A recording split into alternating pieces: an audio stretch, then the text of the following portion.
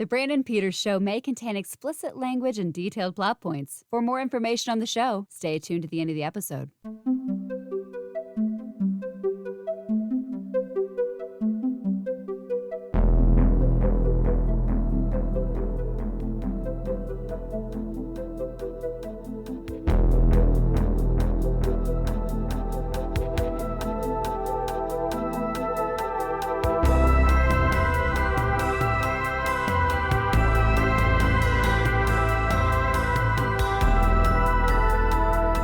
And now, here's Brandon.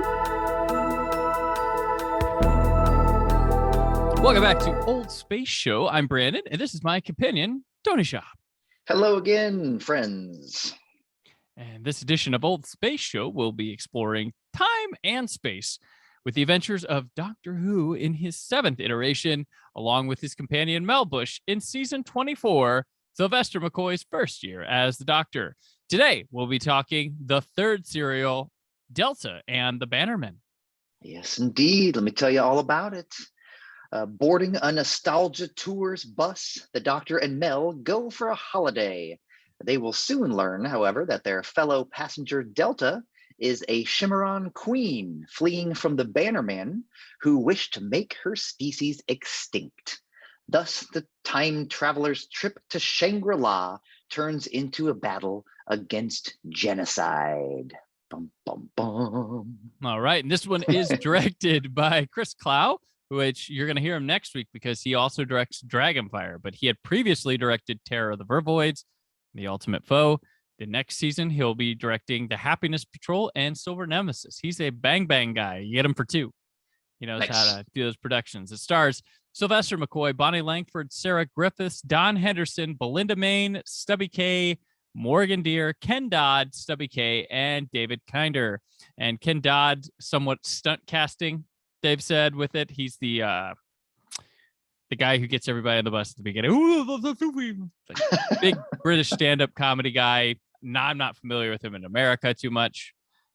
But this was seen as some stunt casting overseas. He had one of those faces and voices. Like when he came on, you just kind of got that vibe. Even like you said, even on the American side, if we're not familiar with him, like it just felt like he was meant to be there. He wasn't just another bit character, you know. Just like when recently in the Doctor Who Flux season, companion John Bishop, where us in America were like. And it was a big thing over there. Like, oh my God, John Bishop's. And I would have thought that was the character name. That's how much I had no idea about him. But there's some things that don't cross over. There are people that are huge stars over there we don't have a clue about. Like if you go to New York, there are people that are massive celebrities based off Broadway that you had no idea because you don't live in New York. Like these people live like gods out there, and their reach does not extend past the city.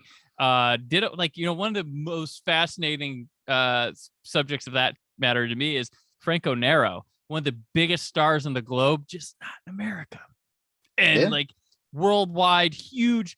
Was in Die Hard 2, and like he's the biggest star on the planet, and he's like relegated to like, you know, bad guy that's kind of more cameo like role, but like across the globe, like, oh my God, Franco Nero.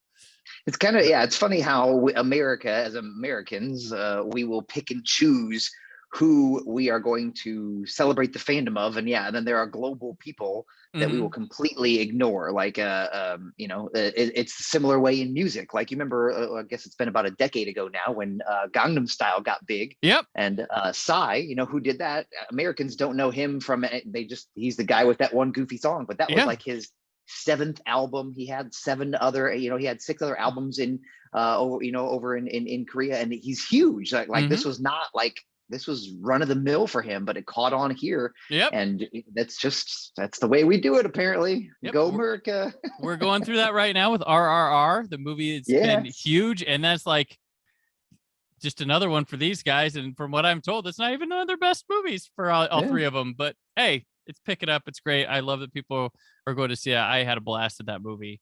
I took my son to it randomly, and he loved it. So I was like, wow, he sat through a 3-hour Hindi film and loved it. I would have, before we get into Delta the Bannermen, we've got like present day relevant Doctor Who thing going on here. There's a word now that there's negotiations between Sony, Bad Wolf, and the BBC after Jodie Whittaker's era ends in the fall, that going forward, new stuff from Doctor Who, Disney Plus is interested in carrying it on their streaming service. So do you have any thoughts about that, Tony?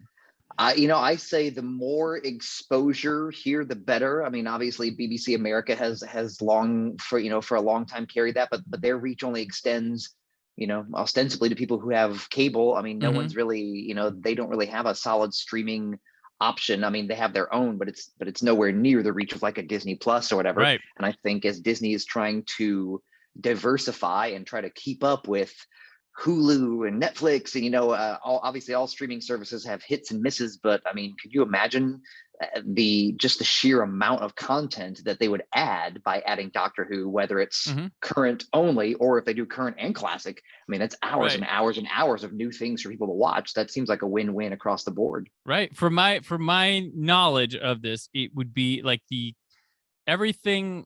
So all the classic stuff would remain on BritBox and Pluto TV. And then like in America, the Russell T Davies original with Eccleston through Whittaker would remain on HBO Max, and some on AMC Plus or whatever. But like the BBC America, you could tell has been done with Doctor Who for a while. Like you could tell that some deal is winding up. They pulled the plug on helping fund animations for missing episodes. If you look up stuff on their website, it's just non-existent. But the ideal way, so Disney Plus, I think, is great in this idea that they're just carrying it. They're not making calls on what they can produce, they're not doing content. It's just, hey, we want to be the platform that it streams on across, the globe. Yeah. And I think that's great because they have nobody markets as good as Disney. Few right. do. Amen. And they could. The look right now is to return excitement to Doctor Who. I mean, once that centenary airs in the fall, get ready because Russell T Davies is going to be in your face all the time, and that's not. And they're wanting to build excitement again. All this because, and I have been a fan of the Chibnall era, but the marketing and it's just fizzled. Like it started out on cloud 9 and then it's just been we'll get there when we get, his marketing's not, the enthusiasm's only there when it's about to air, and that's it. It's dead. It's done. And he's just, I guess, different type of showrunner. Moffat and Russell T Davies were much more fan interactive, having fun and being a figurehead. I don't think Chibnall likes the camera on him too much or talking about it, but his era has been kind of, and that stinks that the first woman doctor is going out with a kind of, there was San Diego Comic-Con this past weekend. We've got a final episode for the centenary, bringing back Tegan, and no presents. Right. None. You're absolutely right. Yep. Yeah. It's kind of an odd vibe, and it's one of those things where I think what Jodie Whittaker has done, I have nothing against her era or whatever you want to call it. I really loved, like, for me, things really got hopping on when why am I blanking on my names now? Why can't I think of the 12th Doctor's name? Capaldi? Peter Capaldi. Yes, thank you. I was literally in my head. I'm like, we're going to talk about Peter Capaldi. I love Peter Capaldi, despite my inability to remember his name just now. I mean, I had hoped that he would break like the 3-year cycle. I had hoped that he would keep going and do his thing.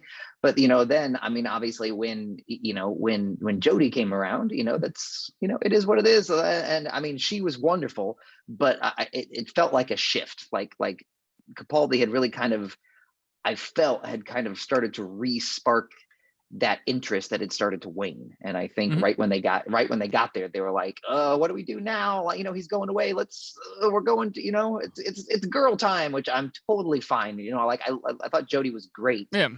But it just felt like too much going on at once. And I feel like Chibnall and probably the BBC couldn't keep up with it. Yeah, it was a slate wipe, but I mean, because I mean, every doctor is a slate wipe, every showrunner Sure. is, but we had back-to-back Moffat doctors, and Yeah. so it was a lot of sitting the same. And to the credit, like I liked Capaldi. I thought his last season, I was like, oh, you're leaving before I'm ready for you to go, which is probably the best way to go. And the ratings were in a decline. They declined a bit after David Tennant, though Matt Smith was very popular in America. Yeah. That's the crew that made it big in America, but they declined with Capaldi. They spiked when Whitaker, her first season, spiked back up big time. Right. And then her second season was about where Capaldi was before. And then Flux was just a little lower, more lower than that. But I mean, without building excitement or marketing, like, what can you, I don't know if I don't want to say it's a thing on quality, because I think they could do more to build excitement and there is an audience for it, but also viewing habits have changed. So are the ratings comparing to certain things accurate? That's, yeah, you're absolutely right. Well, and to build on that too, if viewings have certainly changed, if they're not on a strong streaming platform, then that means if you're not watching BBC America on Saturday night or whenever it airs, like, you may not catch it. And if you don't catch it, obviously Doctor Who, fairly serialized, not totally, but like, if you feel like if you missed last week, then maybe you don't make as much effort to catch this week because you don't want to be out of the loop, and then you spiral out of watching it. And if that propagates to a lot of people, then you're in trouble if you can't, catch it up next day on the streaming service or whatever. So I think the Disney Plus thing is the perfect companion to Russell T Davies coming back and building. So, I as long as it's, it's like, this is where you watch, because it used to be Netflix for modern Doctor Who. It used to be, and then it was Amazon Prime, and then it got relegated to HBO Max. In the UK, it's BritBox, I believe. So it's had multiple homes. This wouldn't be anything new. And it's just a home. Everybody's got it. They're looking for just any sort of brand to have that's, not their own, or something that can build excitement. I'm for it. If it was Disney making Doctor Who, I'd have a different opinion. But I definitely, if that's a deal, because Sony has been dealing some stuff to Disney Plus with good success recently, so this doesn't surprise me. But we shall see. But going back to, speaking of low rating things, let's go back to the Sylvester McCoy era here. Okay. Which that's my segue. I didn't know what to do with it. But unfortunately, it was getting pitted against a Coronation Street, which was super popular back in the day. Yep. So they're definitely trying to kill it. So Delta and the Bannermen, this is the third serial, was originally scheduled to be the fourth serial, and then production schedules and stuff worked better to do this. So Chris Clow, the director, said, hey, how about we'll save time, we'll save money. We'll do one all location and one all studio. So Delta the Bannermen's the location one, which obviously you'd want to go out on that one, but just the way things happen, they're that. So this is a really interesting point here too. But I first want to point out that I mentioned of them figuring something out with the McCoy era. This is the serial where I feel like they figured out the McCoy era, and going forward, they look at this one as a big success, because I think it gets it right. It figures out how to write, how to shoot for the McCoy era, because they have those video cameras that they had back with the last season. And this one was originally Flight of the Chimeron, but McCoy's doctor, he develops forms here. It's the serial that's first truly written for him, as Tony and I talked. The other two were not. First question mark umbrella too. But what do you think when I say that this is the one that gets the McCoy era? Is that yes, I agree. Yes, both this and Dragonfire, whether they were flip-flopped or kept the same, have that kind of vibe where you, like, to me, I feel the science fiction stories. I feel what they're going for. Like, these to me feel like they have bigger ideas inside of them. Mm-hmm. The execution is still a little hit and miss as it is just generally in this era, obviously, of low budgets and things like that. Right. But you can feel the ideas, the bigger. I genuinely feel like these two started to lay the foundation not only for Sylvester's era, but really what the building blocks of modern Doctor Who is built on in terms of like thinking outside the box, like trying to tell bigger stories than just yet another monster of the week and things like that. So yeah, I definitely appreciate what Delta and the Bannermen bring, and Dragonfire for sure. I definitely, Right. it feels like the corner gets turned here for sure. Definitely. And this one, yeah, like I said, shooting it like this one, it still has that sort of public access type look to it and stuff, but they figure out how to utilize it best here in this one. Right.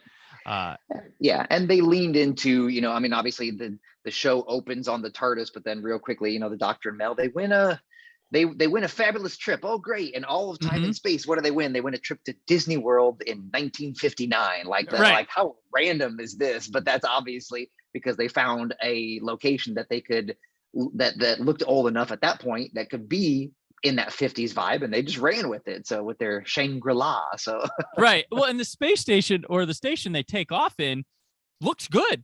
Like it, there's a lot of sets and stuff being built, but this is kind of filmed exterior, and they make it look out of this world and really nifty. Like they pull it off, whereas they've been failing with things like this before in the Trial of the Time Lord, and then this with the lower money and the cameras being used. And this, it's really the dark, the nighttime setting probably hides a lot for it, but it works for me. But yeah, this also one quick thing, there's supposed to be a 6-part serial to end this season, and they chopped it to 2 3s. Okay. That was the thing. So that could have been a whole different era, because this, but to me, we talk about the McCoy era having the 3 parts not having enough, the 4 parts having too much. This one is perfect. I don't really think it's overdone with any sort of filler. I think it works pretty good here. I agree. And I think that there was some, I know there was some talk between whether this serial or Dragonfire was going to be the one where Mel says goodbye and the Doctor takes on a new companion. So I'm glad they didn't. I'm glad they chose not to work it into this one, because I think it felt very organic, the way that things worked out with everybody going their separate ways and things like that. So yeah, I think it definitely worked out well that this one was a 3-parter, and Dragonfire about the same. I would say that one I could potentially have seen to go a little longer, but I think 3-part serials here were probably the best choice, especially with the previous ones, as we discussed in previous weeks, feeling like they ran a little lengthier than they needed to. Yeah, so. Time of the Ronnie could have been 2 parts. No, this, well, yeah, like you said, there's a whole. These last 2 serials are fascinating. We might go over the same thing a couple times because they're really intertwined. So had this been the 4th one, Mel leaves. Right. And also there's the character of Ray, who's played by Sarah Griffiths in this. Yep. Ray was potentially going to be the next companion. She's very much there. It was very, very, very close. I believe she'd still be played by Sophie Aldred. I believe that was the thing. Like, she picked the role kind of she wanted, or she auditioned and they liked her more for, there's something there with that. But she would have replaced Mel. But there was another actor. She was Lynn Gardner cast, but she hurt herself in rehearsals working with the motorcycle. So she was given the role of the announcer in Dragonfire. So she was given something. But yeah, this character of Ray, which you can see it wholeheartedly, even more than the Kang stuff in the previous one, that this girl works. Maybe we keep her around. Oh yeah, absolutely. Yeah, you could tell this is more of a both here and in Dragonfire. You get the Doctor and Mel on their own separate adventures, and yeah, in retrospect now, knowing that Mel is leaving, you can feel that they were intentionally kind of giving them that separation and putting the Doctor in these new situations with these new people. And yeah, he and Ray obviously spent a ton of the serial together. They worked well with each other. So yeah, I could definitely see, in a different world and a different time, how this one would have spun off to the new companion. Because obviously, again, we're getting ahead of ourselves a little bit for Dragonfire, but when Mel says goodbye, it's a real chintzy reason, which was kind of par for the course back then. There was no like big turmoil or big things. She was just like, I'm gonna go with this guy for a while. Bye. You know, few of them got that. Sarah Right. Jane got a good one. Tegan's is pretty cool, different, but yeah, there's a lot of, I mean, especially in the 60s. Yeah. See ya. Yeah, when you're done, right? Yep. Goodbye, get out of here. And we might have decided it mid serial. We might not have given you a heads up. Yeah, that's absolutely. But yeah, so yeah, you can totally see in the end scene, because there's a guy that Ray pines for this whole time, but he falls for Delta, and they end up leaving to go to the planet together at the end. And you could see the moment where she'd be like, well, I have nothing to go for here anymore. Right. He was, and the doctor being like, well, you know, come to the TARDIS. And while Mel decides she just likes the 50s and can do a lot of stuff there. I don't know. She could scream. She could scream at all the things in the 50s. She could scream wherever she goes. She could just scream at her stuff. That's fine. Right. So, but yes, Ray. Instead, she ends up with the motorcycle. She's in charge of Johnny's motorcycle. And she's like, take good care of her for me. So, and you could tell it felt like there were a few lines in the serial where they kept talking up there like, this is the best motorcycle in all of England. You know, like they kept talking it up so that it felt like she had something legitimate to do at the end. And it's like, it's just a freaking bicycle. It's fine. Right.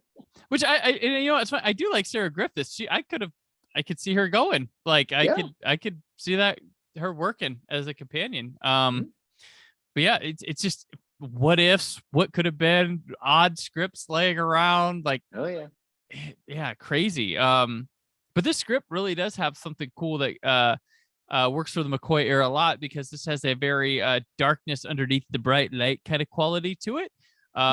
Everything's bumping 50s happy, but there's like a genocidal bounty hunters going on in the background, a woman on the run, a secret child, like lots of drama with this. And I just love how it, Grant, we have to start off on the hook that, the Doctor and Mel win a trip, bop, bop, bop, bop, bop, and here they come.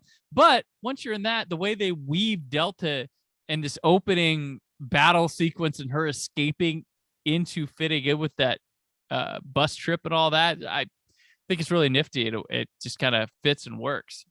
Yeah, this is where, like I said, I think the beginning of that smarter writing really kind of takes shape here. So yeah, they had different threads, like you said, that they wanted to put together, and they did so fairly intelligently. Now, for every good step they took forward with great moments of writing, I think they also spent less time on, like, you know what, the stakes don't have to be that high, or there's a lot both in Delta and in Dragonfire, not to get ahead of ourselves, a lot of casual civilian death. Like a lot of people die. Like, yeah. It's brutal. It's just par for the course. It's just, oh, well, we're moving on to the next thing. Like, Doctor can't save them all, which would be completely different. Now in the modern era, the Doctor would like cry over every single death. Right. But back then, McCoy was like, you know, like, it's fine. You know, like if they die, I guess they're dead. You know. They blow up a bus full of people in this, and it's like, like some of the characters take some time at the moment of it happening, but yeah, like you never feel the weight on the Doctor. The bus full of people. Even when they left, even when they were leaving, when the Bannermen got to the outer space terminal and met Ken Dodd's character, they were like, okay, you gave us the information that we needed. You're free to go. And then they shoot him in the back as he's running away. Like no, not a care in the world for how much death and destruction we're going to cause here. So, well, yeah, it was funny when I was watching this. I'm like, and they blew up the bus. I'm like, wait, do they actually like survive and then we find them? And like, no, that's how nonchalant it is. I questioned myself. I've seen this one like plenty of times, and I was like, oh yeah, that's right. They are dead. They are 100%. It's real callous.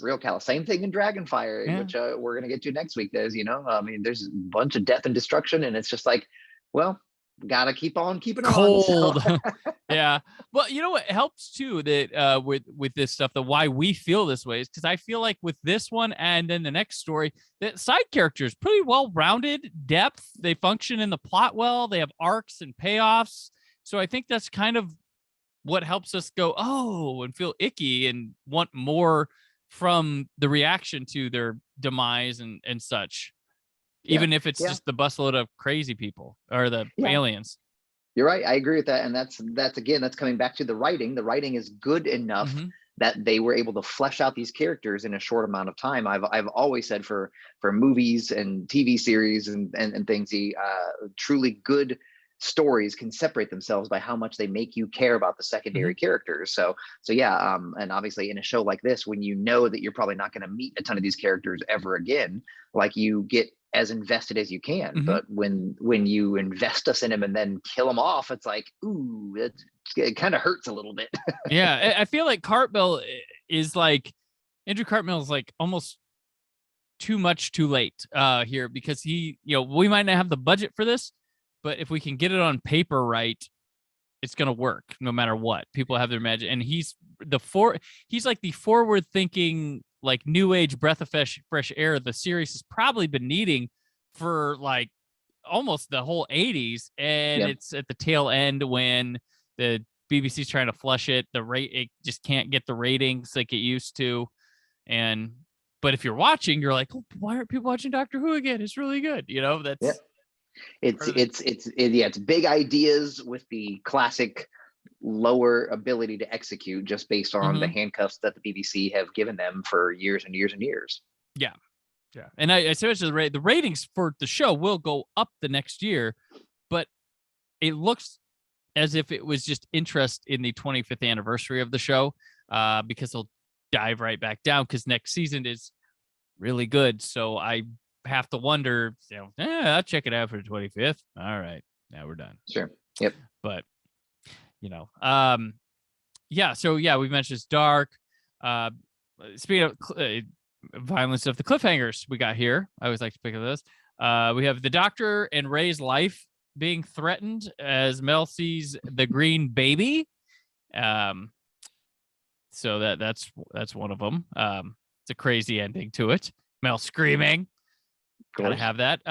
Doctor negotiates the release of Mel and Burton, but as they leave, they're met with the Bannermen aiming their firearms at them, and then they end up just leaving in the next episode. So a lot of interesting stakes that really don't have a lot of payoff. But I mean, that's back in the day. You needed to get the viewer to the next week. You needed them to have something to come back for, right?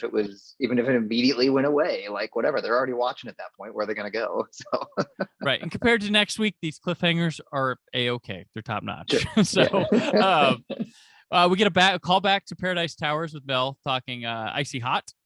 That was kind of cool. Yes. And there's lots of classic music in this one.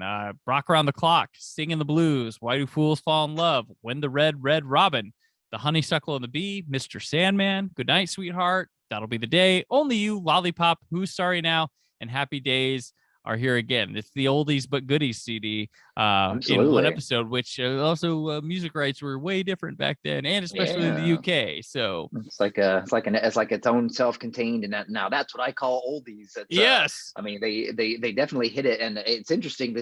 The episode was set in 59. They were initially going to set it in 57, so they could roll into the launch of Sputnik and have that kind of go into play with. That's what hits the bus, but they wanted, I think, to have more rock and roll, so they moved it back a couple of years and just made it a generic satellite. So so it's that's all you go. And this is one we have these two guys. There's this whole other side plot in this one that is almost irrelevant, of these two guys that are like operatives, and then there's a beekeeping guy, and it's excess, honestly. Yeah, I kept waiting for Garanwi, the beekeeper, to reveal himself to be like some secret alien who's hanging out on Earth and wants to help, but he's just some nice dude who loves bees. Like, that's cool, I guess. I'm a Time Lord, Doctor. I've been here. But what's Murray and Weissmuller, of all the names, like these are two, and these are American agents, right? Yes, who are somehow stationed in Wales, and because they're supposed to watch the launch of the satellite, which makes, I mean, it's so, for as good as I was just talking of the writing, there are some spots where they're like, let's just roll with it, like, it doesn't have to make sense. And I just can't hear the name Weissmuller without hearing Stewie from Family Guy talk about, young Johnny Weissmuller. Like, I can't. I'm like, I can't. Why did we name him this? I don't. He's wearing his Yankees jacket. Yes. Like, he couldn't be more American. So talk about the Yankees. Yeah. Oh yeah, and are they? You have to wonder if they just put them in there to give McCoy some fun people to bounce off of. Maybe it's really Maybe, weird. or yeah, I mean, it could have been filler too. I mean, maybe this was a two-parter that they were like, oh, Right. we gotta work on some stuff here. Yeah, because at the end, like they spend their time bumbling around, they get caught by the Bannermen, then they're Mhm. released by the Bannermen, and then eventually McCoy just gives him, like, the satellite was stuck in the front of the bus, and he just gives it to him. He's like, oh, you guys want this? This is what you're looking for. Here you go, enjoy. And then they're just gone. So Yeah. that's And, it. and they try to turn the beekeeper into relevance because like there's the guy with Delta. Is that Burton? Or no, what was his name? Johnny. Johnny. Yep. Sorry. There's a lot of characters in this one. Yes, there are. He like eats the jelly and becomes one of them, and Yes. apparently it's supposed to be relevant to the bees somehow with their honey and stuff. And I was like, It's, yeah, okay. again, one of those very thin connect the dot type of thing, because they're like, well, clearly the Shimmerons can't just keep going Yeah. with Delta and a little baby. They're gonna have we know how space species, work here. When a boy Shimmeron and a girl Shimmeron love each other very much, so they really force the issue Right. of Johnny falling in love with Delta, and Delta has no reason to fall in love with this rando from No. 1950s Earth. But she's like, well, good enough, I guess. You drank some of the secret sauce, and yeah, you turned slightly green. I Slightly mean, green. Yep. and Still again, got your I know voice. the budget is rough, but watching the Shimmeron baby grow up too is like, oh my gosh, like this couldn't be worse. Like I can Right. see the green coming off the face. Like this Yeah. is you just got to roll with it. So They're probably happy they shot it on Shitio back then rather than there you getting go. HD of that now. Oh yeah. Oh no. Uh, Yeah. what was he say? Oh, the guys at the beginning, the Shimmeron, the male soldiers that look like army men. It's I Yes. kind of like that. I know it's Yeah. cheap, but I kind of like that. Yeah, I thought it was a very interesting look, and I like that they didn't, like you said, as they were building that part and working to intertwine that with the Doctor's story, they didn't give you a ton of background, which I appreciate. I Yeah. think that's a nod to the more cerebral viewers that they were hoping that they had, Mm-hmm. is that you could figure out what this was and where it was going, or when it got there, you could mentally backtrack and Right. connect your own dots. So Right. And I like the Bannermen too. Those are pretty good bad guys. I like they had a good intensity level for a family show that was like a bit dark, so it would make like a kid feel like they're getting away with watching something, like that. But yeah. Yeah, they kept talking about the fact that they're the greatest interstellar terrorists of all time and Mhm. stuff. And I'm like, no, you're not, because you're gonna let the Doctor walk away because he brought a white flag into your camp. Like, Right, you're yeah. not that bad. Like, take off your slim '80s glasses and figure it out. You'll be fine. Right. So Yeah. Yeah, excellent. Yeah. So no, we have poked at it a bit too, but I really enjoy this one a lot. Like I really yeah, this is the part of the McCoy era where I'm like, all right, I digging this. I think Mel works really well here. This is one of the better utilizations of her into a story. Granted, we get her screaming, but I think she really works here quite well. And Bonnie Langford really has an ownership here that she feels like the senior member of the team. yeah. I don't know if it was because she was on her way out and knew it or what, but yeah, Mhm. it felt like it felt like Mel had a purpose beyond the screaming. Like she had her own Yeah. part. Like she definitely, she built an early rapport with Delta. So yeah, no, I thought it was a very enjoyable story. It's one of those Doctor Who '80s stories that you watch and you feel what they were trying to do, and Mm-hmm. you can, if you have a good imagination, you can Yeah. go along with the ride on that. I mean, because there are cost saving measures like across the board, right? Like their super starliner that's going to take them to Earth got transformed into a bus because they had to blend in, right? So Right. it's just a bus. And then the Navarinos, who are purple and have like 18 appendages, go through a transformation arch, which magically lets them become human so that they can blend in on Earth, which makes perfect sense in the storyline, but it's a huge cost saving measure Yes. on the special effects budget. So it all works very well if you're willing to go along for the Mhm. ride on that. So Yeah, and this one definitely has a vibe all its own that feels different than a lot of Doctor Who, and feels like it could be its own like little movie that yeah, would work. So that's one thing I really like. It really sticks out where like this is the only this is the only doctor it could work for. This is the only era, and it just kind of feels of its own. So I really do like it. It doesn't. There's a lot of Doctor Who stories in the classic era that could kind of just blend into each other. This is not one of them. This is your standout, and for good reason. Stand out for a good reason. So yes. All right. Well, Tony, it's time to reset the TARDIS coordinates and get us on to our next adventure in time and space. Till then, where can people keep up with you?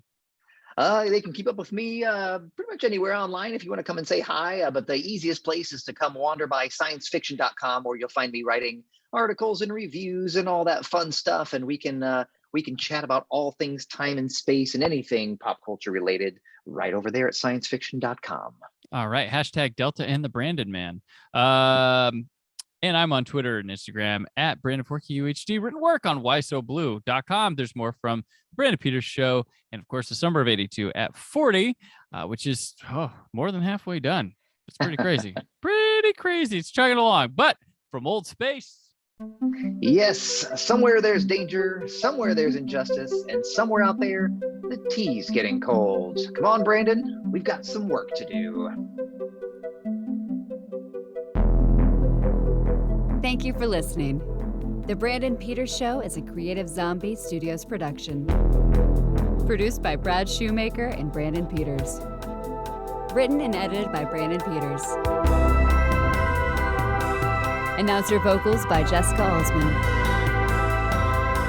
Theme song by Metavari. Web design and show art by Brad Shoemaker with Brandon Peters. All music and clips featured in the episode are property of their respective studios, and no infringement is intended. Additional information on this and other episodes at BrandonPetersShow.com. For any inquiries, press opportunities, or sponsorship, contact mail at BrandonPetersShow.com. The show is available on Apple Music, Spotify, or anywhere podcasts are found.